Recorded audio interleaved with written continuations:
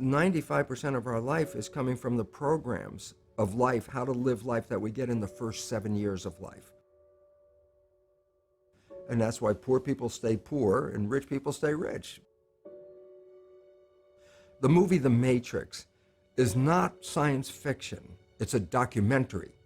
Every human, and this is a fact, every human first 7 years is download hypnosis. The brain of a child under 7 is in a lower vibrational frequency. When you put wires on a person's head, you read electroencephalograph, reading brain activity. A child below 7 has a lower vibration than consciousness. It's called theta. Theta is imagination. Oh, that's how kids play a tea party with mud pies, but to them it's a real thing. A kid rides a broom, it's a horse. That's theta, imagination. Theta is also hypnosis. And the idea is this: before you can become conscious, if you don't have any programs, what are you going to be conscious of? So nature makes the first 7 years. What kind of programs are required to live on this planet? I say, how do you get them? Theta is hypnosis. You just watch. You watch your parents, you watch your siblings, and your community, because you have to learn how many 100,000 rules. Think about it. Just to be a functional member of a family and a functional member of a community, there are rules. Teach an infant these rules. I say, oh, you don't have to. First 7 years, they observe it and just download it. Look, this is not new. I mean, there's the famous book, Rich Dad, Poor Dad.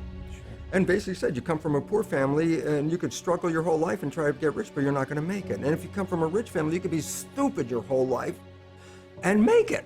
Not because it was thinking, but it was unconscious behavior that was downloaded from rich families into kids, which is unconscious. So they're making the right moves unconsciously. If they engage their conscious mind, then they look stupid, but it's unconscious. And that's the same thing with poor people. Poor people have beliefs from the family. Oh, you can't make it, life's a struggle, things are hard, who do you think you are?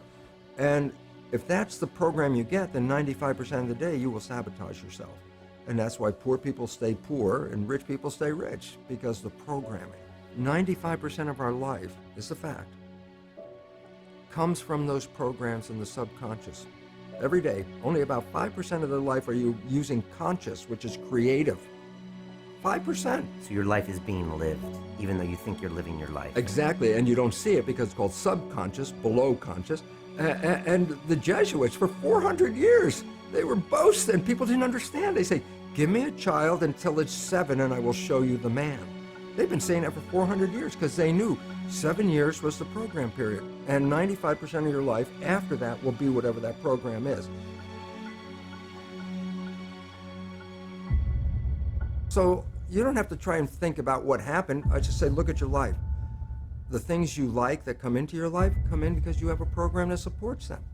But anything you struggle with, work hard at, put a lot of effort into making it happen, why you're working so hard, inevitably you have a program that doesn't support that conclusion and you're trying to override the program. So you don't need to do a lot of shrink and psychology stuff. You just look at your life and say, where am I struggling? Because wherever you're struggling, inevitably it's a program in your subconscious that does not support that destination you've been looking for. The conscious mind is creative and can learn in any number of ways. Read a self-help book, go to a lecture, listen to this program, and conscious mind's going to get some awareness. And I go, yeah, but subconscious mind doesn't learn that way. I go, right, it doesn't. Subconscious mind learns in 2 fundamental ways naturally. Hypnosis, which is the first 7 years. And after age 7, how do you put new programs in? Repetition, practice. You want to drive a car, you didn't learn how by just getting in the seat and put the key in. You had to practice driving the car. You want to learn the alphabet. How many times did you go from A to Z? Try to go to A to Z before you can complete it. And once you completed it, you didn't have to go back and do it again.